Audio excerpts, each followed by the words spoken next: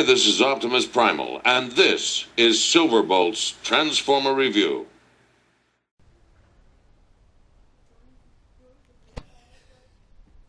Afternoon, everybody. Silverbolt here, back to do a video. First and foremost, though, I am going to say to those of you who are sitting your Junior Cert and Leaving Cert exams on this beautiful Wednesday, best of luck to you all. You are about to have a week and a half of hell. I remember it. It might have been a while ago, but I remember it. But after that, you are going to party like a motherfucker. But best of luck to you all. Secondly, very different location. Yes, because it is an absolutely glorious day in the west of Ireland, because the dog, despite having already been sick, still likes eating grass. I thought I'd do this review in the garden. I was going to do it down by the lake, but I couldn't be bothered to get in my car and drive the 4 miles to it. But there we go. Now, if I still lived in my old house, which was about half a mile from said lake, I'd probably have done it, but there we go. Going to be reviewing, well, I'd say the Transformer in the form of, but at this stage I should really just start calling myself third-party reviewer guy. There's a name for a new YouTube channel. Probably already taken, actually, at this stage. But anyway, going to be reviewing Blast Off. Now, as with my other third-party toy reviews, I will, of course, be calling Explorer Blast Off, because it's Blast Off. And I will be sticking to his brief character G1 bio, and then of his continuity in the Dreamwave comics and the IDW World comics. Now, Blast Off is presented as, well, to say that he's arrogant is like saying Skywarp is humble. Not Skywarp, Skylinks is humble. He is a jerk to the point that even the other Combaticons don't want to be around him, and much rather that he's sat up in space looking at things through massive telescopic lenses rather than bothering them. Something that RID actually took to a certain degree with, it was Movor, who sat in space making silly comments about everything, which weren't that funny, but there we go. And in the Generation 1 cartoons, Generation 1 character bios for Blast Off, he is presented as very arrogant, with a great sense of superiority, despite the fact that his vehicle mode has, all the maneuverability of a Y-Wing. Star Wars canon universe, Y-Wings are not that maneuverable, in case you didn't get that part then. Now, he does take a very perverse form of joy in... That's a train, by the way. Typical. There's only 2 trains that run through Roscommon, and I just happen to be recording a video at the time that one goes past. Anyway, he does take a very perverse pleasure in attacking people from afar. He likes to hit them with precision strikes in the form of a sniper, except he's a shuttle. But anyway, now, as most of you are aware, in the Generation 1 cartoonology, the Combaticons are released by Skywarp in order to form Bruticus in one of his power plays to take over Megatron. That pretty much stays the form through the Dreamwave continuities either way. I mean, shortly after Optimus Prime does become the new commander, Blast Off actually takes part in the Decepticon assault upon Iacon itself. And even in that time, when he had that old form, he's actually even less aerodynamic than a shuttlecraft. But there we go. Now, when they were originally, the Combaticons in the Dreamwave continuity were imprisoned by Shockwave, and they were, as we saw in the Generation 1 cartoon, released by Starscream to become Bruticus. Now, Bruticus was sent up against Sunstorm when Sunstorm attacked the Earth, and it didn't end well. It was one of those things where, bitches got well and truly slapped by Sunstorm, but that's nothing else. Oh, by the way, product placement. You happy, Billy? Product placement. I need a cold drink. Thirsty work in this beautiful weather. We make the most of it over here. We don't get it very often. Now then, the repaired Combaticons were brought back where they would hone their lackluster combat skills and listen to Starscream bitch, moan, whine, complain some more, bitch, moan.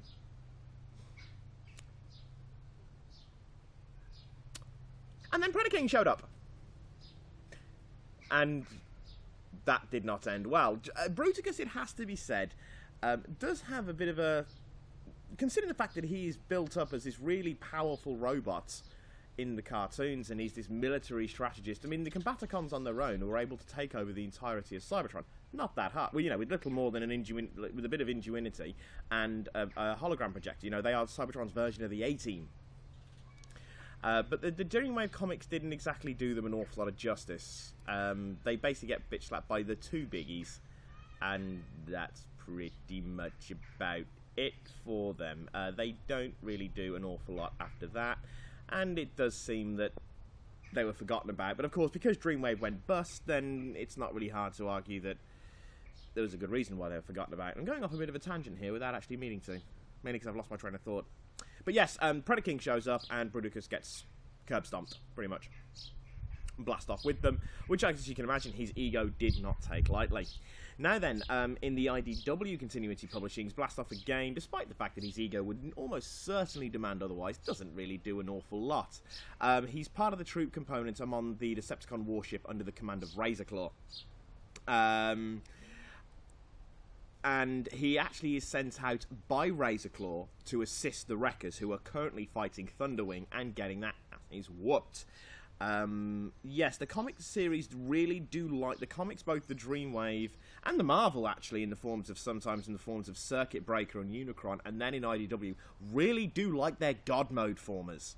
They seem to bring them in with almost startling regularity, and then everyone gets pretty much decimated the entire way through. But of course, it's alright at the end, because somebody will make a magic wand of Matrix of Creation, and then everybody's back to normal, and it's back to square one. Comic books, of course, dying in a comic book, it's like tripping over onto a bouncy castle in real life. You just get right back up again, no matter how painful or beat down you are. So Razorclaw, Blastoff was one of the ones that was sent out by Razorclaw under the command of Dive Bomb, and he was later reassigned to the Combaticons. At that point, Blastoff wasn't actually part of them, and the Combaticons at that point were under the leadership of Banzaitron. Yes, Banzaitron also comes into the IDW, considering he is always being considered to be more of a background character. He's been getting an awful lot of love. Why? I don't know. Now then, Blastoff himself didn't go along with he didn't really participate with the other Combaticons' adventures on Earth, and it's not really known why he's not with them. That part, I would imagine, is going to be explained at some point, getting something down the line. We'll get an explanation as to why Blastoff doesn't go to Earth with the rest of the Combaticons. Who knows? We shall see. We shall see. We shall see. So he did resurface later on Cybertron as one of the Decepticons that was imprisoned by the Autobots following the end of the war. How he was caught, did he surrender? Unlikely, considering his ego. You know, was he taken down by a superior fighter? Unlikely, considering his ego. You know, did he trip and fall into an Autobot base? Unlikely, considering his ego. How is he captured? We don't know. But then a lot of the ones that were captured at the end of the war, we don't know how it happened. And then the story does tend to come full circle with Blastoff, in that he gets recruited again by Starscream to pressure Prowl into revealing one of the secret discoveries below ground on Cybertron. And Blastoff is one of the ones that witnesses a Metro Titan declare that Starscream was the Cybertronian destined to unite the whole race. And then they had a big party. And that pretty much covers it for the story of Blastoff, without going really into his Generation 1 cartoon or the bits and parts hereabout. And one of the reasons why I don't cover the Generation 1 cartoons is I've already done a Bruticus review, and he doesn't really do a lot. And also the IDW and the Dreamwave, I have to admit, is kind of like it's not even a guilty pleasure. It's more of a self-imposed selfishness, because I did like Dreamwave, and I did like the artwork, and I did like the storylines. So there we go. And I do find that the IDW storylines, the comic artwork that's coming in, no offense to any of the writers, well, not the writing isn't the problem. I'm not a big fan of the some of the artwork styles. But there we go, each to their own, each to their own. Now then, on to the toy. This, of course, is Fans Project Explorer, part of the X-Fire 02 grouping. And this is the third repaint. Yeah, Fans Project are doing a Hasbro with these two kits. This is the third repaint, giving him a much more accurate depiction of his Generation 1 colours. The brown is darker, and the purple is a lot more prominent than in the original group, which I believe is actually the pictures in this. Is it? No, it's not. Or is it? It's really bad that I have to look. No, it's not. So they've given him a much more Generation 1 style colouring system. Colouring system makes him sound like a book. And much more of a designed colour palette in the form of the browns and the purples. He is still a shuttle, though in the Explorer Continuity universe, he is an unmanned drone, despite the fact that he's a sentient robot. Oh well. Anyway, and this is a third time that this is coming out of the mold, and it is starting to show a little bit, I have to say.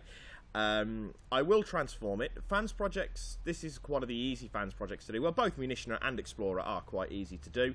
Munitioner will probably get his own video as well, as simply put, you know, it's Swindle. And Swindle, I have to say, he does have... he's obviously a lot more interesting character than another egocentric flyer. Though, even if he is, you know, a rock with wings. Transforming him is, you know, quite simple.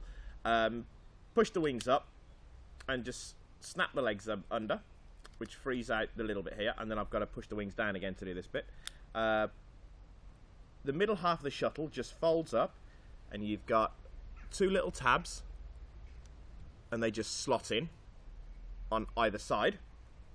I really hope that didn't out of focus there, because the way this camera is situated, I can't actually see myself.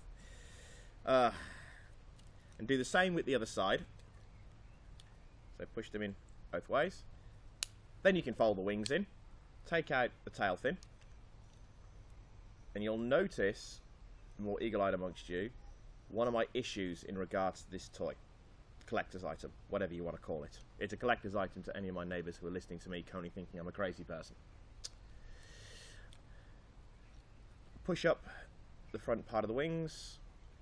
You've got to jimmy free the hands, because there's two pegs underneath the nose cone that the hands slot into, so you need to kind of like just jimmy them free a little bit. They should come out without too much trouble. There we go. And it just folds under. And then with a little bit of twisting and turning, the arms, which are on hinges and ball joints, will just come out. Dog chewing grass again. And so they'll sit flush just like that. And then last but not least, get his head out, which is just stuck in the middle of his chest. The tailpipe becomes a handheld axe, or it becomes, just by folding it outwards, a sword. I always keep it in sword mode, because let's face it, swords trump axes. I don't care what anyone says, Gimli. And here we have Explorer Mark III, and he, as you can clearly see, is very, very reminiscent of his G1 Blastoff design. The head, obviously, the toy itself, when it was originally came out, was a very good homage to the Generation 1 Blastoff, and this new colour scheme just reinforces that an awful lot. Now, this one is, as I said, is the third. I think I said it. Yes, I did. It is the third repaint. The original one was designed to go with Bruticus Maximus. Then they released them again, and they were actually based off Micromasters this time. And that was, I believe, was it Causality? I believe they were called. And that, of course, caused speculation that Fans Project was going to bring out its own complete combiner. Which it is, just not in the form of the Bruticus that everyone was expecting. And this third set of repaints, to give them the more Generation 1 aspect to them, has been marketed for the Asia exclusive of the military coloured Asia exclusive Bruticus Maximus, which is currently selling at more on eBay than these two combined. Than these two figures, sorry. It's going for ridiculous prices of about 130 quid. Sterling. That's not euro or dollars. That's £130 sterling. It is a ridiculous price for a toy that's essentially only three toys and 2 duplicates. It's really not that. Okay. Now, as many people are aware, I have a bit of a love-hate relationship with Fans Project. I loved City Commander. I didn't like Warbot Defender. The Superion add-on kits don't really count because they're an add-on kit. All they did was give guns and feet and a head and a new mast to the Superion, but it was still a very nice little add-on kit. You know, the City Commander basically gave you a whole new robot out of a trailer. And then you had the Warbot Defender, which was Springer, which I will admit I didn't like. And the next thing that I got was these guys originally. And I bought the original ones when they came out, and because I got a very good deal on the Classics release of Bruticus Maximus. And they formed, obviously, well, what they call Crossfire, who was an absolutely fantastic toy. This kit that is the third release, has the two Explorers in their Blast Off and Swindle repaint versions, and they come with all the add-on kits for the Bruticus Maximus. So I currently have my TFC aerial bots actually having all the guns and that, and the head and the feet and all that are all in a storage cabinet until I can get my hands. I'll probably end up looking for it on at Auto Assembly. Actually, is for the 3 parts to the 3 parts, the Motormaster, the helicopter, and the tank. I don't care what colours, and I don't care what series they're from, as long as I can get the 3 parts to form Bruticus, because I don't have the money to spend 120, 130 quid sterling plus import taxes on an Asia exclusive toy. It's just a ridiculous amount of money. Anyway, onto my thoughts onto the toy. Now, the reason I said it's starting to show that it's a repaint, that it's a third mould, it's a third time using the mould, is that it's starting to get very, very loose. You know, I'm just moving that arm and you can see the looseness in the waist joints and in the ball socket joints. The ball socket joints are, in all fairness, are quite easy to fix in regards to tightening them up. You just put some nail varnish on them or something, kind of clear nail varnish or something like that. You know, anything that you can get from a pound shop, or even if you're into hobby painting, gloss varnish works, or matte varnish for that instance. So they're quite easy to tighten up. The waist joint is very, very loose. Now, I don't know whether that's actually a problem with the mould or whether it's just this version of the toy that I got and I just got a little bit unlucky. Because I haven't reviewed it, I'll go through all the articulation. Head articulation, he'll do a full 360. Head looks up and head looks down. Shoulder moves up and full tilt. Full tilt on the shoulder, but no bicep swivel. But it doesn't really matter because you've got a double joint on the shoulder anyway. Elbow swivel, but no wrist swivel. No wrist swivel. This does not move at the wrist. It's a solid piece, which I have to say I think lets it down a little bit. Movement at the waist a little bit too free, and then you've got hip movements in the hips, a thigh swivel, a knee joint, and an ankle ball joint socket. So a nice little all-rounder there. Very, very poseable, even despite the lack of what's the word I'm looking for? The lack of wrist swivel. He is still extremely poseable and a very, very, very nice little toy. I suddenly realise I'm sounding a bit like Vangelis going on about poses and ball sockets and hip socket joints and all that. Oh well, you know what? Emulate a great one. Doesn't hurt. Oh god, I just fangasmed over Chris. Oh well, never mind. I'm sure he's had worse done to him in the past. Anyway, that little tangent aside. Yeah, still a very, very nice toy. I have no faults with it. Well, bar 2. My main fault, firstly, is in the aesthetics, in that the limbs are very, very loose. But that I don't think is anyone's really fault, apart from the fact the mould is starting to go. I mean, we used to see it on the Seekers, on the classic Seekers as well. You know, once they were getting to like the Acid Storm repaints, some of them were becoming quite loose and broke easily. So there we go. The other thing I have deal with is the price. You know, this set cost me, I think it was, I can't actually remember how much this set cost me, but I've seen it going for over 100 quid, which is expensive. When you consider the fact that, actually no, it's about the same price as the other two when they were released individually. So I think they're about 45 each that I originally bought for them. It's still a big point sink, especially for what is at best large scouts, at worst short deluxe size figures.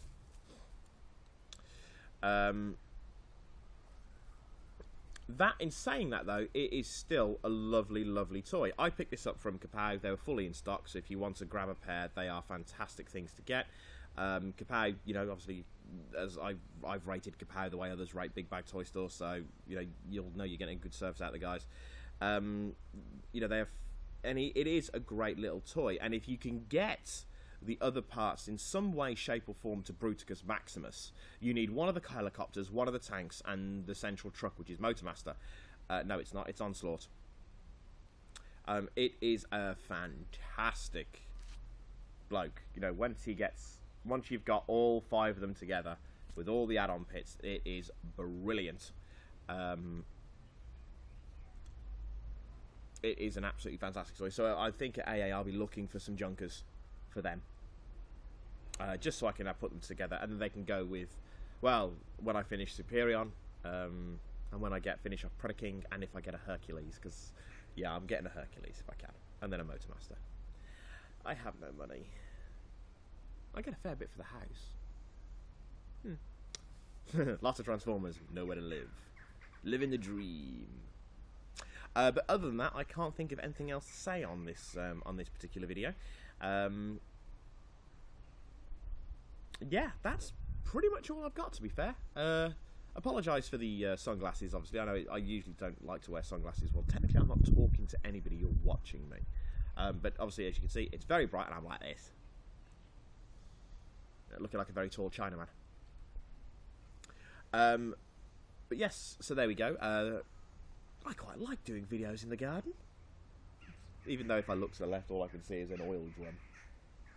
But there we go. But yes, for now then, this is Silverbolt with Fans Project Blastoff signing off, saying au revoir, adios, auf Wiedersehen.